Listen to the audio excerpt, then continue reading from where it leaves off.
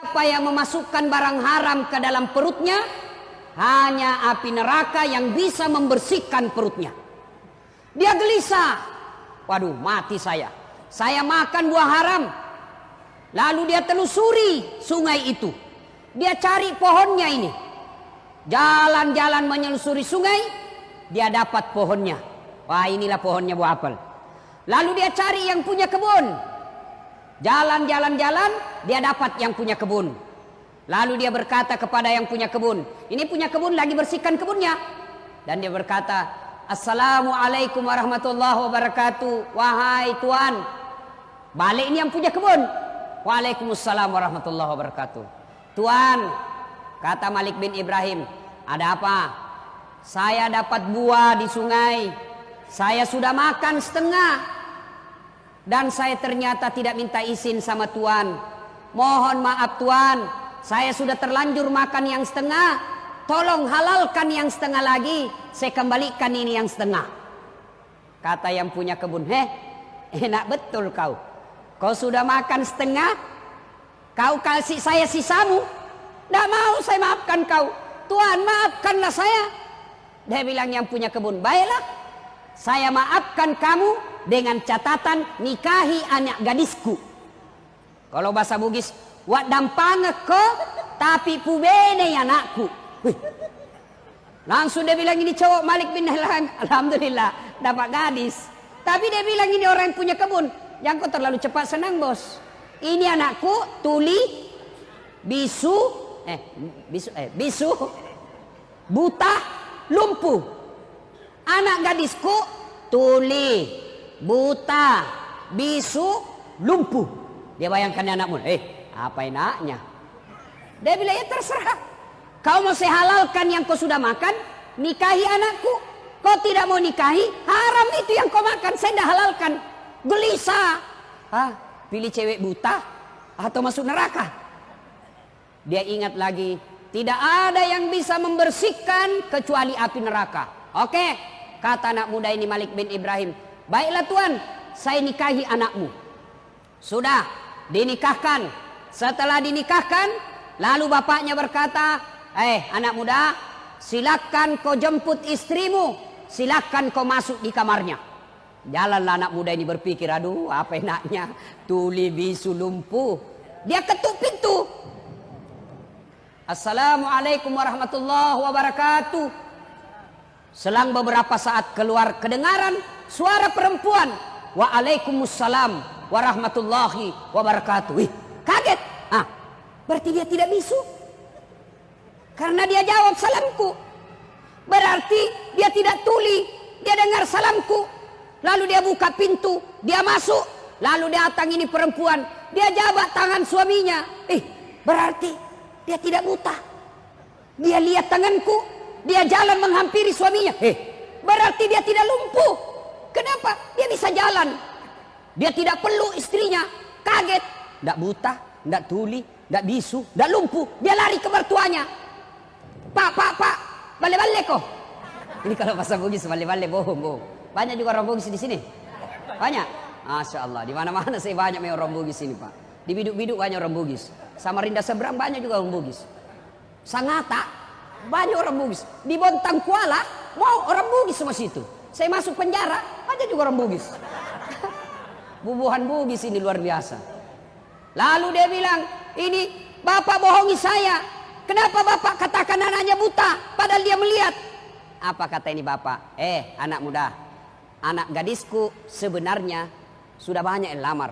Saya katakan anakku buta bukan karena dia tidak melihat, tapi matanya tidak pernah melihat barang-barang haram.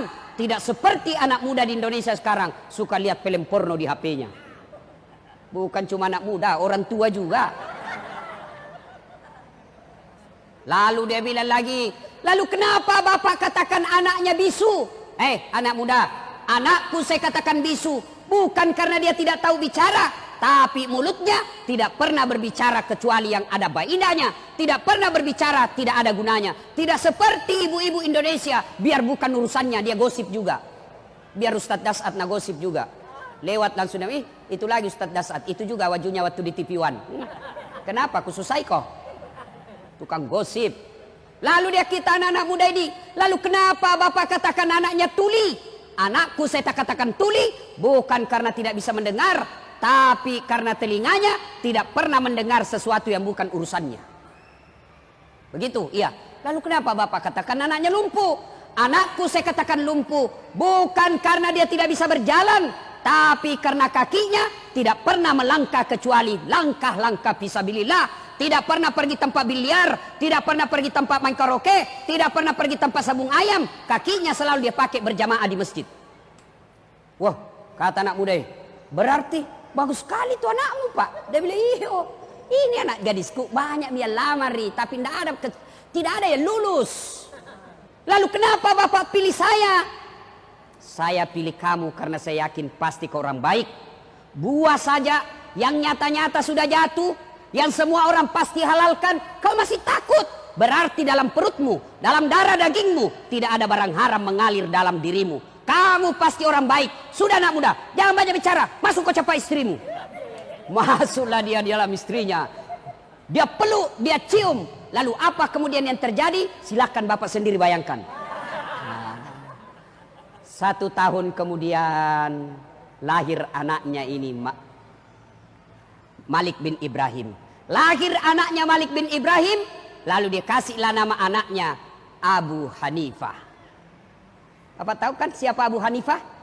Abu Hanifah adalah salah satu imam mazhab yang sampai detik ini masih dipakai ilmu-ilmunya, masih dipakai fatwa-fatwanya. Bukan cuma di Indonesia, seluruh umat Islam di dunia memakai ilmunya. Hebat Abu Hanifah. Kenapa? Karena bapaknya terpelihara dari makanan dan minuman yang haram.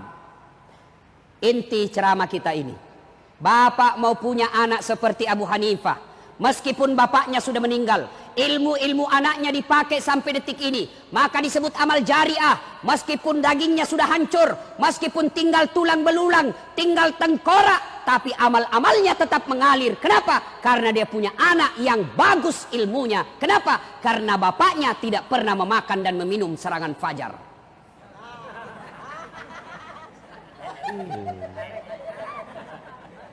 Diajak sosialisasi, ayo sosialisasi, apa dia bilang? Wane piro.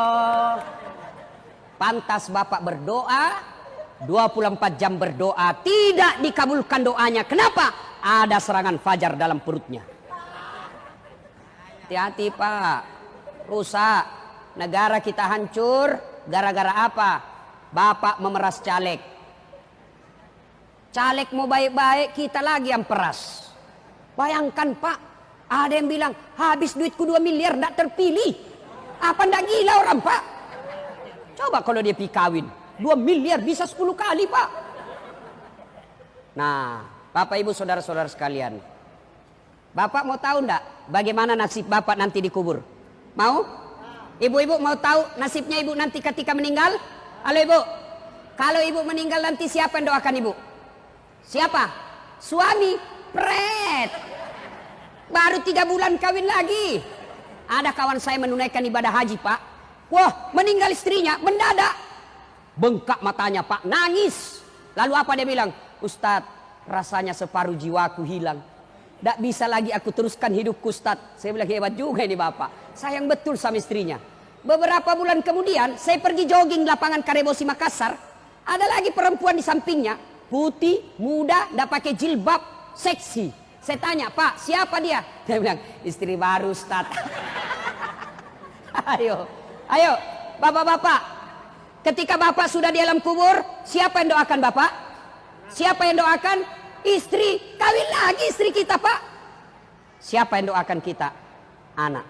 Saya tidak mau ambil contoh orang lain. Saya, yang selalu saya doakan dalam sujudku, bukan saudaraku, bukan bosku, bukan rektorku. Siapa? Ibu bapak saya. Kalau bapak mau tahu nasibnya, bapak dikubur, lihat anaknya sekarang. Kalau sampai 30 malam tarawih selalu ada di masjid, bapak sudah kaya. Anaknya jam 4 pagi, 4 sore pergi main futsal, pergi main skater, pergi main bulu tangkis, pergi jogging. Tapi begitu setengah 6, buru-buru pulang ke rumahnya. Lari. Masuk ke kamar mandi. Kenapa? Dia buru-buru mengejar sholat maghrib berjamaah di masjid. Bapak sudah kaya meskipun 30 tahun di Samarinda ngontrak-ngontrak. Jam setengah 5 subuh. Bunyi gerendel di pagar besi. Intip. Wah, Masya Allah. Ternyata